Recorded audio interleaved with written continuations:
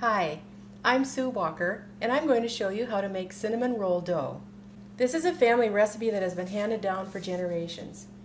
The ingredients are 1 cup of hot water, 1 teaspoon of salt, 1/2 cup of sugar, 1/2 cup of butter, 3 eggs lightly beaten, 4 1/2 cups of flour, 2 packages of active dry yeast, 1/4 cup of tepid warm water, and 1/2 teaspoon of sugar. The first step is to proof the yeast.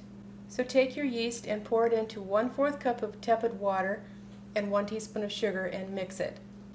Pour the hot water into a large mixing bowl, and to the hot water add the salt, the butter, and the sugar, and mix it together. Let this mixture sit until the butter is melted, and then let it cool. Now we can add the eggs and the yeast.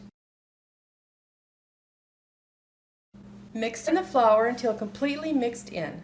The dough will be very sticky, but don't let that worry you. Cover it and let rise until double. After the dough has risen, punch it down with your hand.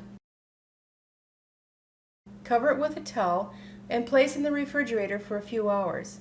After the dough is chilled, take it out and knead it a little bit with some flour, and then proceed to form your rolls.